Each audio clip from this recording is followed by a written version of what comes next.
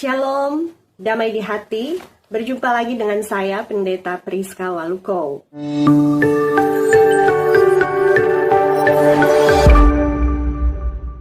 Kasih dan kemurahan Tuhan melingkupi saudara sekalian dimanapun saudara berada di saat ini. Marilah bersama kita merenungkan firman Tuhan yang terambil dalam Injil Yohanes pasal 18 ayat 38b sampai pasal 19 ayat 16a. Namun sebelum itu marilah kita berdoa. Tuhan Yesus, Tuhan kami bersyukur, berterima kasih kepadamu untuk kasih-Mu yang besar bagi kami, sehingga kami boleh menikmati anugerah keselamatan. Dalam penghayatan di minggu-minggu sengsara ini, kami rindu untuk boleh membaca dan merenungkan firman-Mu lagi. Biarlah Roh Kudus menolong kami, sehingga kami mengerti dan memahami firman-Mu, terlebih mampu memberlakukannya dalam kehidupan kami sehari-hari. Maka tolonglah kami, baik hamba-Mu ini, tapi juga semua yang merenungkan firman bersama. Di dalam nama Yesus, firman kehidupan, kami berdoa. Amin. Oleh Lembaga Alkitab Indonesia memberikan judul Yesus dihukum mati. Sesudah mengatakan demikian, keluarlah Pilatus lagi mendapatkan orang-orang Yahudi dan berkata kepada mereka, "Aku tidak mendapati kesalahan apapun padanya.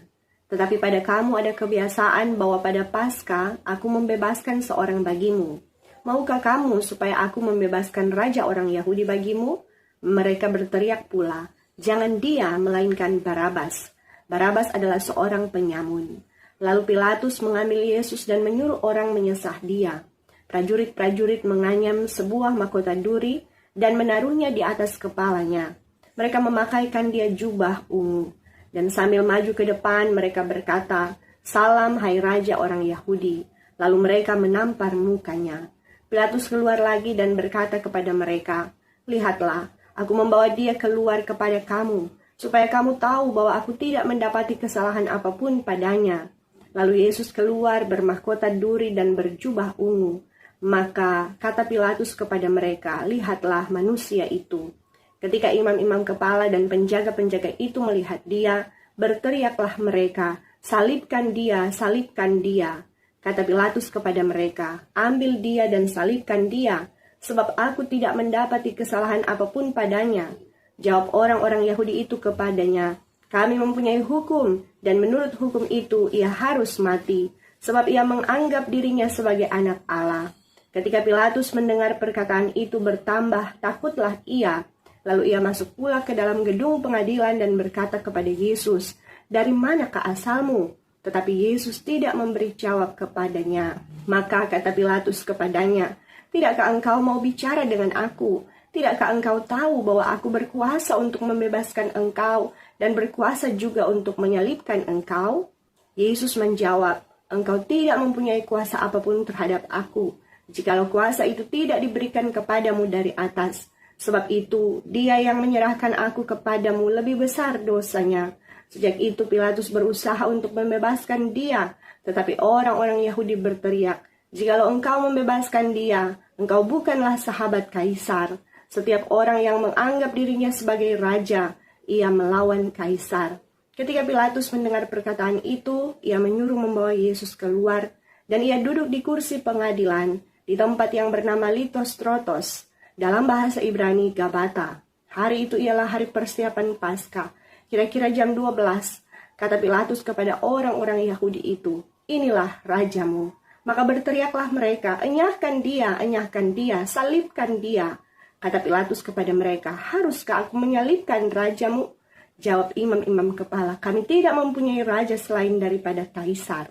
Akhirnya Pilatus menyerahkan Yesus kepada mereka untuk disalibkan. Demikianlah firman Tuhan. Yang berbahagia adalah kita yang merenungkan, memelihara, dan melakukan firman. Saudaraku yang diberkati Tuhan, gelar raja biasanya dikenakan kepada seseorang yang memimpin satu bangsa dengan sistem pemerintahan monarki, di mana kedaulatan dan kekuasaan dipegang hanya oleh satu orang yang disebut raja untuk laki-laki atau ratu untuk perempuan. Salah satu bangsa yang pernah memiliki raja adalah bangsa Israel atau umat Yahudi. Hal ini jelas tercatat dalam Perjanjian Lama 1 Samuel pasal 8. ketika umat Israel meminta seorang raja, sehingga Saul diurapi oleh Samuel menjadi raja Israel yang pertama, karena sebelumnya umat Israel menganut sistem pemerintahan teokrasi atau sistem pemerintahan Allah yang sudah sejak awal dijalani bangsa Israel. Daud dan Salomo adalah raja-raja Israel yang termasyhur sebelum kerajaan Israel terbagi menjadi dua bagian dan diperbudak oleh kerajaan-kerajaan bangsa asing seperti Asyur, Babel, Persia, hingga Yunani Romawi. Adapun kerajaan Israel Selatan yang disebut kaum Yahudi tetap memelihara kemurnian, adat istiadat, dan tradisi termasuk memelihara hukum Taurat. Orang Yahudi yang ada di bawah kekuasaan Kekaisaran Romawi sangat mendambakan datangnya Mesias yang dinubuatkan oleh kitab Taurat dan para nabi, yang mereka yakini adalah sosok seorang raja besar yang akan memerintah, seorang raja yang dinubuatkan akan datang dari suku Yehuda dalam Kejadian 49 ayat 10, dari tunggul Isai, Yesaya 11 ayat 1, yang disebut putra Daud, Yeremia 23 ayat 5-8, yang sebenarnya semua itu digenapi hanya di dalam Yesus Kristus, Matius 1 ayat 1. Tetapi tidak diakui oleh orang Yahudi, karena mereka mengharapkan Mesias dan Raja yang berkuasa secara politik untuk mengalahkan Kekaisaran Romawi dengan kekuatan perang, bukan Yesus yang mereka kenal sebagai anak tukang kayu dari Nazaret. Karena itu dalam bacaan kita di saat ini, kita akan melihat konsep Injil Yohanes tentang Yesus sebagai raja, namun bukan raja secara politik dengan kekuasaan dalam kerajaan dunia, tetapi sebagai raja ilahi yang memiliki kekuasaan sebagai raja di kerajaan sorga. Injil Yohanes memang bertujuan untuk menyaksikan sisi keilahian Yesus sebagai anak Allah dan berkuasa sebagai raja ilahi. Kesaksian Alkitab menunjukkan tentang Yesus sebagai anak Allah dan raja jauh sejak kelahirannya lewat pernyataan para Majus yang berkata, "Di manakah dia raja orang Yahudi yang baru dilahirkan itu? Kami telah melihat bintangnya di timur dan kami datang untuk menyembah dia," dalam Matius 2 ayat 2. Selanjutnya kesaksian dari salah satu muridnya Nathanael yang berkata, "Rabi, engkau anak Allah, engkau raja orang Israel," Yohanes 1 ayat 49. Kesaksian juga datang dari seorang penjahat yang disalib bersama Yesus, yang dengan keyakinan berkata, "Yesus, ingatlah akan aku apabila engkau datang sebagai raja," Lukas 23 ayat 42. Bahkan disaksikan oleh orang banyak yang mengeluh-elukan Yesus, "Hosana, diberkatilah dia yang datang dalam nama Tuhan, Raja Israel."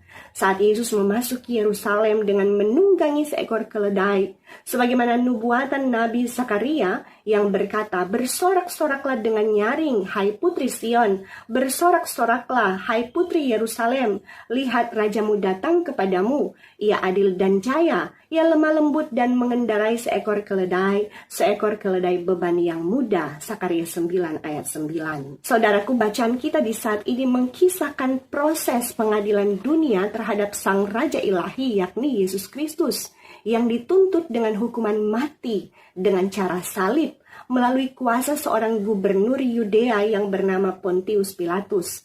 Ia adalah seorang Romawi yang diangkat oleh Kaisar Tiberius menjadi wali negeri di wilayah Yudea, Samaria, dan Idumea. Dengan demikian Pontius Pilatus memegang kuasa penuh atas orang-orang Yahudi yang menduduki wilayah Yudea termasuk Yerusalem. Karena itu, untuk membunuh Yesus, ahli Taurat, orang Farisi, dan imam-imam kepala menggunakan tangan Pontius Pilatus, yang secara hukum memegang kuasa penuh untuk menentukan hidup dan mati seseorang dengan hukuman yang harus disahkan olehnya. Dalam persidangan Yesus yang Pilatus pimpin, kita melihat di ayat 28 dan seterusnya. Saat Pilatus bertanya kepada Yesus, apakah ia raja orang Yahudi? Yesus memberi jawab bahwa kerajaannya bukan dari dunia ini, yang secara tersirat menyatakan bahwa Yesus adalah raja ilahi. Pilatus yang sejak awal sudah diperingatkan istrinya bahwa Yesus adalah orang benar, dalam Matius 27 ayat 19, pun mendapati bahwa Yesus tidak bersalah, sehingga dalam bacaan kita di ayat 38b, Pilatus mengakui di hadapan orang-orang Yahudi bahwa ia tidak mendapati kesalahan apapun pada Yesus. Bahkan dalam bacaan ini berulang-ulang kali, Pilatus menyatakan bahwa dia tidak mendapati kesalahan apapun pada Yesus. Karena itu sebenarnya Pontius Pilatus berusaha melepaskan Yesus dengan tradisi pada hari raya Paskah, yakni kebiasaan untuk membebaskan seorang tahanan. Pilatus tentu berharap orang banyak akan melepaskan Yesus. Namun oleh hasutan pemimpin Yahudi, suara massa menuntut dengan keras untuk membebaskan Barabas, seorang penyamun, penjahat, pemberontak, bahkan pembunuh, bukan Yesus. Mereka minta untuk menyalibkan Yesus, menggantikan Barabas. Ayat 7-12 menunjukkan tuduhan orang Yahudi terhadap Yesus di hadapan Pilatus, yang membuat Pilatus ada dalam dilema besar. Merasa takut untuk menghukum Yesus karena jauh di dalam hatinya ia percaya Yesus adalah orang benar dan utusan sorga. Sehingga ia semakin berusaha untuk membebaskan Yesus. Tetapi orang-orang Yahudi mendapat kelemahan Pilatus saat mereka mengancam Pilatus melawan Kaisar, yang artinya membahayakan karir politiknya, kedudukan dan jabatannya untuk naik tahta, karena Pilatus ingin menjadi kaisar. Pilatus dihadapkan antara dua pilihan, kebenaran atau kenyamanannya. Maka dengan sadar Pontius Pilatus membuat pilihan dari kursi pengadilannya di Litostrotos dalam bahasa Yunani dan Gabata dalam bahasa Ibrani, yang berarti tempat yang tertinggi, yang merupakan tempat di mana baik orang Yahudi maupun Romawi mencari keadilan. Karena inilah tempat yang paling tinggi dan kokoh untuk menjalankan keadilan bagi seluruh manusia. Dari tempat tertinggi inilah Yesus Kristus yang tidak sama sekali bersalah, tapi dijatuhi hukuman mati dengan cara disalibkan. Ironi memang, tetapi inilah juga keputusan Allah dari tempat yang maha tinggi dan kekal, yang tidak akan bisa diganggu-gugat atau dibatalkan. Bahwa Yesus anak Allah, sekalipun tidak berdosa, harus dihukum mati menggantikan kita. Barabas, penjahat, pendosa, dan pemberontak. Yesus yang tanpa celah harus disalibkan agar kita manusia yang penuh hina dan dosa dibebaskan. Yesus harus mati agar kita beroleh kehidupan. Saudaraku, di atas salib Yesus ada tulisan dari kata Latin INRI, yang adalah singkatan dari Yesus Nazarenus Rex Iudaeorum, yang berarti Yesus orang Nazaret, Raja orang Yahudi. Kata-kata ini berkali-kali diucapkan oleh Pontius Pilatus, yang kemudian membuat siksaan dan hinaan terhadap Yesus semakin berat. Dan atas perintahnya juga, kata ini dituliskan di atas salib Yesus dalam pasal 19 ayat 19 bacaan kita. Namun, kata-kata ini menjadi sindiran Pilatus bagi orang Yahudi yang menolak Yesus sebagai raja mereka. Mereka malu mengaku Yesus sebagai raja mereka. Bahkan merekalah yang menyalibkan raja mereka sendiri. Lantas, bagaimana dengan kita? Adakah kita malu dengan Yesus yang tersalib? Saudaraku, Yesus yang tersalib justru seharusnya membuat kita berbangga punya Tuhan Juru Selamat dan Raja seperti Yesus. Karena fakta bahwa Yesus disalibkan saat ia sama sekali tidak bersalah, menegaskan Yesus layak menjadi Juru Selamat, menggenapi rencana kekal Allah untuk menyelamatkan manusia berdosa melalui kematiannya, dan harus dengan cara salib. Sebagaimana cara hukuman Romawi, bukan dirajam dengan batu sebagaimana cara hukuman Yahudi. Ini menegaskan bahwa nubuat penebusan dosa dengan cara yang paling hina dan terkutuk harus tergenapi hanya lewat cara salib. Saudaraku, mengenai kesalahan Pilatus yang mengabaikan kebenaran demi kenyamanannya, mengajarkan kita untuk lebih mengutamakan kebenaran, sekalipun kita harus dibenci, disisihkan, ataupun dilengserkan. Karena tidak ada yang abadi dari kenyamanan orang-orang jahat yang mengabaikan keadilan dan kebenaran. Sebagaimana catatan sejarah menunjukkan, pada akhirnya Pontius Pilatus dicopot dari jabatannya dan dikirim kembali ke Roma, lalu sejak itu menghilang dari catatan sejarah. Namun ada catatan negatif maupun positif dari akhir hidup Pilatus. Negatifnya adalah bahwa ia mati bunuh diri karena dihantui perasaan bersalah telah menghukum mati Yesus yang tidak bersalah. Tetapi ada juga berita positifnya dari buku Paul Maier yang berjudul Pontius Pilatus, bahwa pada akhirnya Pilatus dan istrinya menjadi percaya kepada Yesus setelah diinjili oleh Cornelius dalam Kisah Para Rasul 10 ayat 1. Seorang perwira pasukan Roma yang bertobat melalui penginjilan Petrus. Namun bagaimanapun akhir hidup Pontius Pilatus, namanya terus dikenang buruk sepanjang sejarah gereja, sebagaimana yang diucapkan gereja sepanjang masa yang mengakui bahwa Yesus Kristus menderita di bawah pemerintahan Pontius Pilatus. Saudaraku, jika kita diberi Tuhan kekuasaan, kedudukan, dan jabatan, jangan memakai itu untuk membawa penderitaan bagi sesama, apalagi membalikkan fakta yang benar menjadi salah dan yang salah dibenarkan, agar kita tidak menyesal pada akhirnya. Ingatlah selalu pada Yesus Kristus sebagai Raja kita yang tersalib untuk membenarkan kita. Karena itu jangan malu menderita karena kebenaran. Jangan tolak salib yang harus kita pikul, karena justru oleh salib Kristus kita akan beralih dari kegelapan ke dalam terang ajaib, dari kematian ke dalam kehidupan kekal, dari dunia ke dalam kerajaan sorga. Terpujilah Kristus. Amin. Terimalah berkat Tuhan. Tuhan akan menjaga keluar masukmu dari sekarang dan sampai selama-lamanya. Amin. Sampai jumpa, saudara.